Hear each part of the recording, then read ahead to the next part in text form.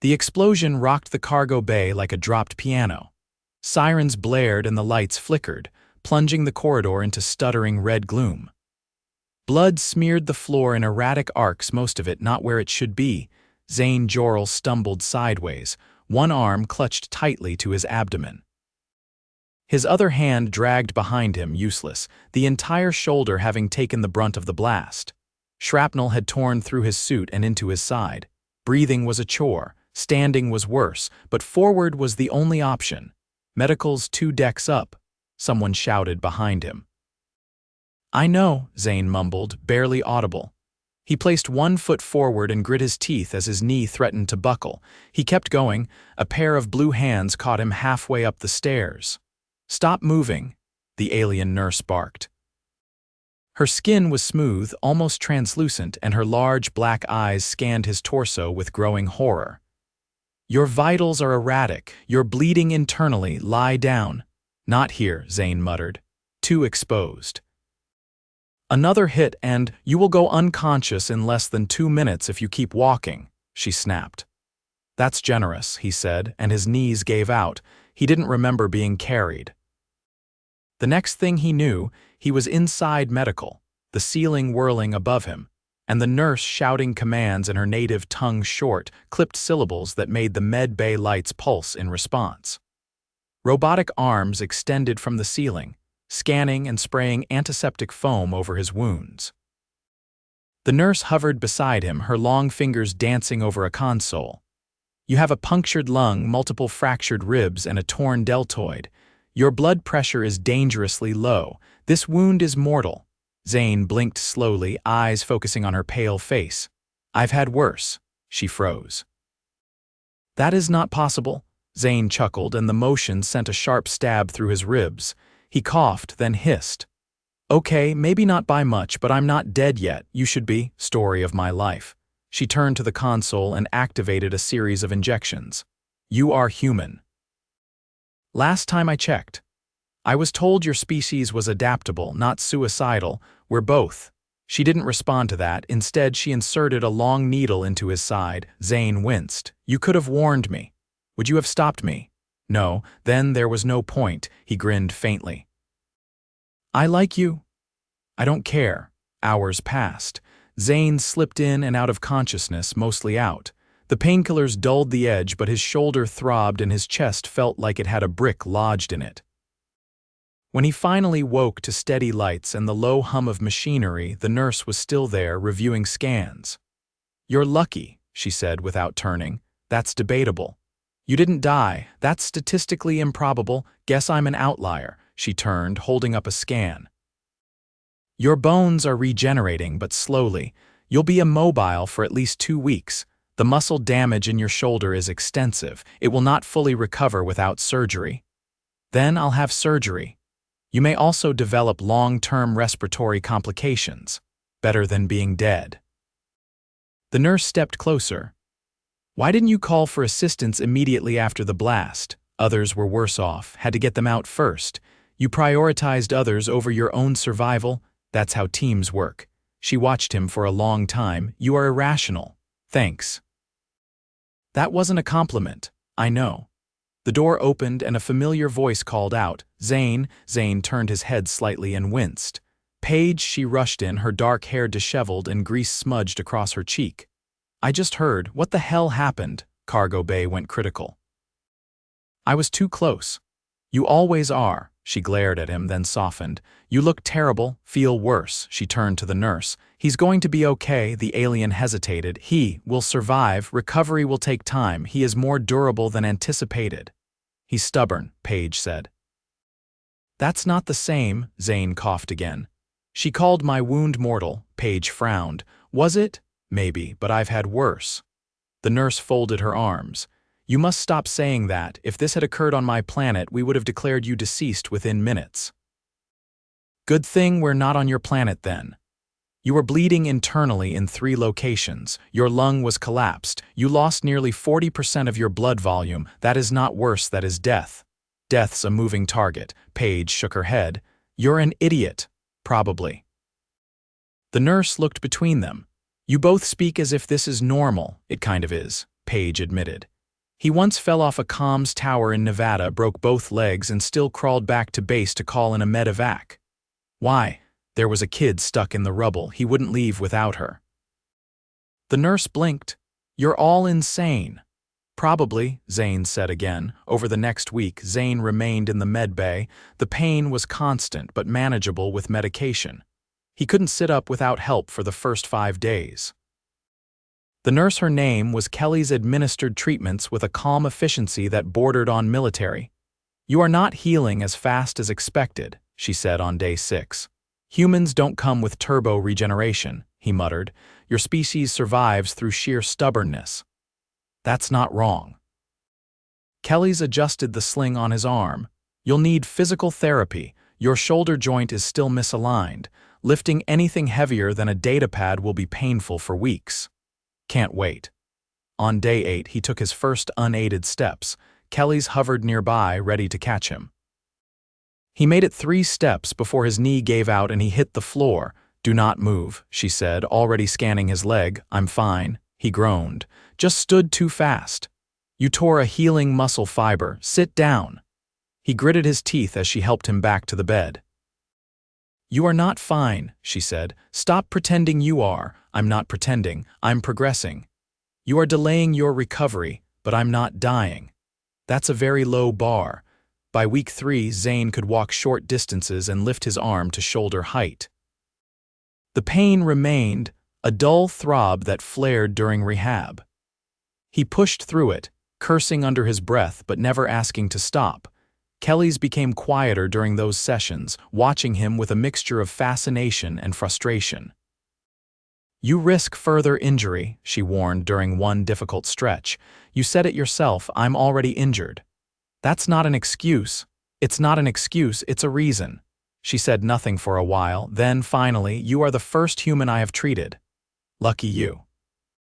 I don't think that's the word I'd use. On day 29, he asked to return to active duty. Kelis refused. You're not cleared. I can still assist, run diagnostics, supervise loading. You'll push too hard. That's what I do. Exactly. He leaned against the bed, breathing hard. I can't just sit here. You nearly died. And I didn't, because of me. Then don't let it go to waste, she stared at him. Then, slowly, she handed him a tablet. Light duty only, no lifting, no combat. You report back here every evening. Deal. As he limped out of the med bay, Paige caught up to him in the hall. She let you go? Sort of. You gonna make it? Probably. You sure? He smiled faintly. I've had worse. Kelis was halfway through sterilizing a tray of bone knitting injectors when the human returned, 5 hours after she'd allowed him back on his feet. He was leaning heavily on the wall, one arm dangling limp again, sweat matting his hairline. She didn't ask what he'd done, she could see it in the way his posture favored the side that hadn't been punctured. You disregarded restrictions, she said. Zane exhaled hard and slid onto the recovery bench without argument. Didn't carry anything. Just supervised. Your pulse says otherwise. That thing always exaggerates. She placed the scanner against his sternum. Your oxygen saturation has dropped 7%. That's not exaggeration. That's overexertion. He didn't argue this time, just let his head rest back against the support brace. His shirt was half untucked, a tear across the sleeve where one of the loader droid arms must have clipped him. She peeled back the fabric and saw the bruising fresh, dark and spreading. You had an impact, minor. Your body is still revascularizing tissue. Any trauma during this window can induce clotting irregularities. I tripped. Over what? A moving forklift. It was stationary at the time. She paused the diagnostic and looked at him properly. What compels you to risk your recovery for tasks easily performed by automation? Automation doesn't spot when a coolant line is vibrating wrong. Vibrating wrong is not a medical term. It is when it's about to rupture. Kelis didn't respond. She reached for the dermal stabilizer and began working on the bruising. Her hands moved with practiced speed, though her eyes stayed fixed on his face. Your species lacks redundancy in vital systems. You don't regenerate well. Your pain tolerance is inconsistent. And yet you behave as though your bodies are disposable. Zane winced as the stabilizer buzzed over the forming hematoma. Maybe we just get tired of waiting around for the next hit. That's irrational. Yeah, we're not built on logic. We're built on what now? She switched tools without comment, applying a pressure membrane to the swelling. If your lung collapses again, I will not authorize another decompression. You've used the maximum safe threshold. Noted. There was a silence as she checked the readings. The stabilizer had reduced the internal swelling by half. It would hold, assuming he didn't repeat whatever idiocy landed him here again. I reviewed your mission logs, she said without looking up. Curious, are we? You were embedded during the Havoc's breach. You operated in low atmosphere for over 40 minutes without a pressurized helmet. That was a bad day. You suffered neural hypoxia, your cognitive functions fell below safe parameters, still managed to reboot the relay. You had brain damage, only temporary. I couldn't remember the word for shoe for a week. Kelis stepped back, folding her arms. You are, difficult to quantify, Zane gave her a sideways glance. That a compliment now, it's an observation. Your medical file reads like a crash log. Most of us don't get to retire with a clean record. She regarded him, eyes narrowing slightly. You accept trauma as a career inevitability. Wouldn't call it acceptance, more like familiarity. You normalize it. We don't all get to be indestructible crystal folk with redundant organs and backup lungs, Kelis. Her expression didn't change. My people avoid conflict. You seem to seek it. I don't seek it. I just don't run from it. You're bleeding through the side of your shirt. He looked down and sighed. Damn it. Kelis returned with suture gel, unrolling the torn fabric further. The incision had reopened only slightly, but enough to require resealing. She worked in silence, but her movements had lost their earlier detachment. You didn't flinch, she said after a moment. Didn't feel it. That's not a good sign. No, it's not. She applied the last of the gel and set the nozzle aside. Your pain responses are misfiring. I'll recalibrate. That isn't how biology works. He shrugged, then winced again. You'd be surprised how much of biology is just stubborn chemistry. Kelis cleaned her hands and turned to the console. You will remain here until tomorrow. No negotiation. Zane didn't argue. He lay back, eyes half-lidded, breathing shallow. You ever do this before? He asked quietly. Treat a human? No, sit with one this long. Kelis considered. No, not bored yet. I haven't decided. He chuckled, the sound dry. Well, let me know when you do. She adjusted the lighting to a softer hue. You don't sleep well, she noted. No, due to pain. Sometimes it's the silence. You dislike silence. Too much of it sounds like waiting. Kelis didn't speak. Instead, she activated the ambient soundscape, soft mechanical hums, distant atmospheric tones, frequencies engineered to resemble a functioning engine room. Zane's eyes closed. Better, he murmured. She returned to her instruments, but her gaze lingered on him longer than was necessary. By morning, he'd shifted in his sleep and torn the membrane loose again. Kelis re-entered the room and found him sitting upright, shirt off, trying to reapply the sealant himself with his good hand. You are not qualified to handle that instrument. I've had worse instructors. Stop saying that. You brought it up this time. I'm revoking your patient autonomy. Didn't know I had any. Kelis took the injector from him and began reapplying the membrane. She noticed the faint tremor in his fingers, now the kind that came not from pain, but depletion. You haven't eaten since yesterday. Didn't feel like it. You require 2,000 calories minimum to recover at current metabolic output. Can't you just beam nutrients into me with one of your fancy tubes? We're not magicians. Could have fooled me. She handed him a nutrient pack and watched until he began to drink. He grimaced after the first swallow. You designed this to be unpleasant on purpose.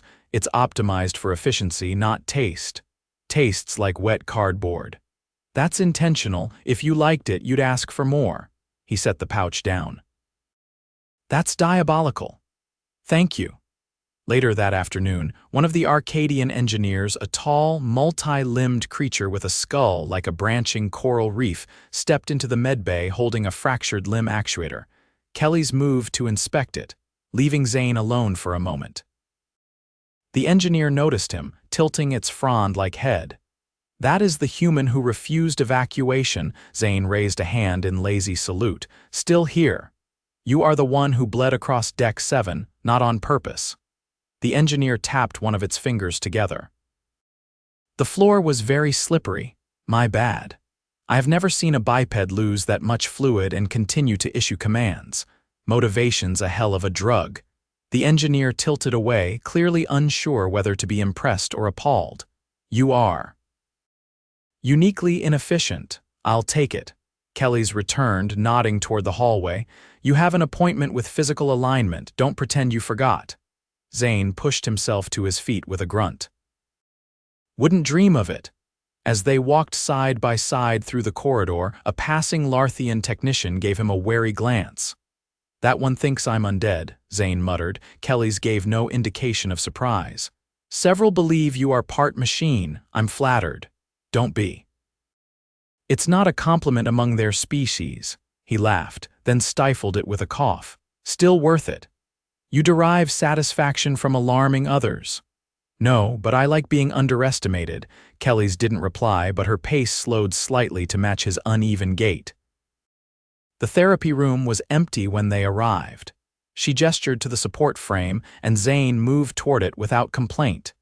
"You will need to recalibrate your shoulder articulation. The joint is misaligned by 6 degrees. He grabbed the bar with his good hand and started the rotation cycle. His movements were stiff, mechanical at first, but gradually smoothed out. "You've done this before," she observed, 3 times. "This one's the cleanest break yet. You quantify injuries like engineers rate damage thresholds. It's how we cope." She adjusted the resistance. "I'm beginning to understand," he grunted as the tension increased. "That's dangerous. You'll end up liking us." I said understand, not approve. Baby steps. It was the 39th day since the explosion, and Zane was finally able to put on his uniform shirt without assistance. The motion was slow, the left shoulder still stiff, but he managed it. Kelis noticed he didn't fasten the top clasp. "Compression across your clavicle isn't advised," she said, not looking up from the bioregulator she was calibrating.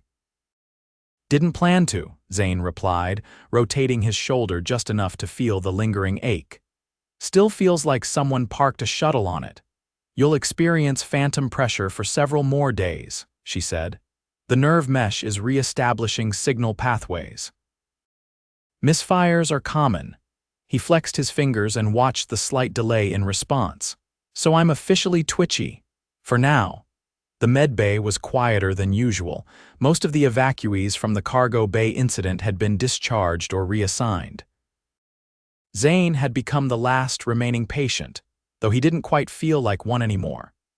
He moved around with minimal supervision, ran diagnostics on himself when Kelis was busy, and even started correcting the translation labels on the equipment interface. "That's not fluid return valve," he pointed out once, tapping a screen. "That's a pressure equalizer, big difference." Kelis hadn't argued. She merely corrected the display. This morning, though, she seemed preoccupied. Her movements were sharper, more deliberate, as if she was working against an internal timer. "You're expecting something," Zane said, watching her adjust a tray of sealed vials. "There's a scheduled inspection," she replied. "The delegation from the Central Medical Board arrives within the hour." Zane raised an eyebrow. "You're being graded, evaluated, so you're nervous." Kelis ignored that. "They will assess how efficiently I've adapted human protocols into our care systems." "I didn't know I was a case study. You consented verbally." "I was concussed. That's not legally disqualifying." He sat on the edge of the examination table and watched her sort through datapads. She had reorganized the entire medbay since he first arrived. Human-compatible equipment had been added, oxygen levels adjusted, even the emergency kits modified to accommodate lower pain thresholds. "You've done a decent job," he said. Even the food packets taste less like recycled cardboard. That was not intentional, still progress. She didn't look up. They will want to see your recovery data. Show them I'm still breathing. That's your gold star. I need you to describe your pain level using the standardized scale. 0's nothing, 10's screaming, yes, 4.5. That is not on the scale. It is now. Kelis lowered the datapad. They will also want to speak with you directly, sure. I'll tell them you pulled me back from the edge with nothing but a tube of sealant and moral disapproval. That's inaccurate. But it sounds heroic. She paused, then flicked a control to dim the overhead lights. You will be honest. I'll behave. I doubt that. Exactly 47 minutes later, the delegation arrived. There were 3 of them, all from the Arcadian Medical Concord. Their skin bore the same translucent sheen as Kelis's, but their robes were deeper blue, lined with insignias that Zane guessed denoted academic rank. One wore a translator collar, which clicked softly as it synced to the room. Kelis introduced them with minimal formality. The lead evaluator, a tall male with angular features and a silver dermal strip across his temple, studied Zane with clinical interest. You are the human subject. I go by Zane, but yeah, I'm the guy who didn't die. The translator rendered his words in a slightly flattened tone. The lead evaluator tilted his head. You sustained catastrophic thoracic injury. That's what the chart said. Your discharge was delayed by 17 days beyond projected recovery. Guess I'm not great at staying down. Why? Zane leaned back against the table. Because if I can breathe and stand, I can work. And if I can work, I'm useful. Not much more complicated than that. The second evaluator, shorter and noticeably older, stepped forward. You were advised not to resume duties. Yet you interfered with loading operations 3 cycles post-trauma. Didn't interfere, prevented a rupture. You violated medical orders. I made a judgment call. The third member, who hadn't spoken yet, examined the updated medbay layout. These adjustments were made for a single patient, Kelis answered. They were made to accommodate a species with different biological needs. Future cases will benefit. The lead evaluator turned back to Zane. Describe your experience with the attending clinician. She's blunt, overly competent. Doesn't let me get away with anything. That is not a clinical assessment, it's a compliment. The second evaluator tapped something into his wrist console. You exhibited non-compliant behavior on at least 6 occasions. 7, Kelis corrected. 1 undocumented. Zane raised an eyebrow. You keeping a tally, it's relevant. The lead evaluator stepped forward, eyes fixed on Zane's arm. You continue to experience motor lag in the left extremity, only when I rush it. You refused neural rebalancing therapy, didn't like the side effects. Made everything taste like tin. That is not a documented reaction, still happened. The older evaluator looked up. He demonstrates high tolerance for discomfort. Zane gave a lopsided smile. You're welcome. That was not praise. The third evaluator addressed Kelis. You believe this patient's recovery validates your protocol adaptations. I believe it proves that with the correct adjustments, humans can be treated effectively within our systems without compromising care standards. The lead evaluator nodded slightly. And if another were to arrive with similar injuries? I would stabilize them faster. I now know where inefficiencies lie. The team exchanged a brief series of glances. Then, without further ceremony, the lead evaluator closed his console. Protocol review complete. Recommendations will be submitted to the Concord. They left without further comment. Zane exhaled slowly. Friendly bunch. They were impressed. You sure? I thought they were about to revoke your license. They would have asked fewer questions. He stood, testing the weight on his left leg. So what now? Am I officially released? You are no longer under medical supervision. Zane extended his recovering arm toward her. Then we shake on it. Kelis looked at the hand, then took it cautiously. Her fingers were cool, her grip surprisingly firm. Thank you, he said. I did my duty. You did more than that. She released his hand. You taught me that resilience is not always logical. Sometimes it is simply persistence. That's probably the nicest thing anyone said about me. Then your standards are low, he laughed, then winced. Still some pain. It will fade, eventually. He nodded toward the medbay door. Guess I should get back to the crew before they start thinking I've become furniture. You'll be reassigned to light duty for 2 more weeks. Of course I will. As he walked out, his gait more even than it had been in weeks, he paused at the threshold. You ever need a volunteer for your next impossible patient, let me know. Kelis raised an eyebrow. I would prefer one who does not bleed across multiple decks. No promises. He left without another word. Kelis turned back to the console and saved the final recovery file. The human's chart was complete. She hesitated a moment, then added a single note at the bottom. Subject exhibited irrational tenacity, frequent non-compliance, and voluntary self-endangerment. Recovery was improbable. Outcome, successful.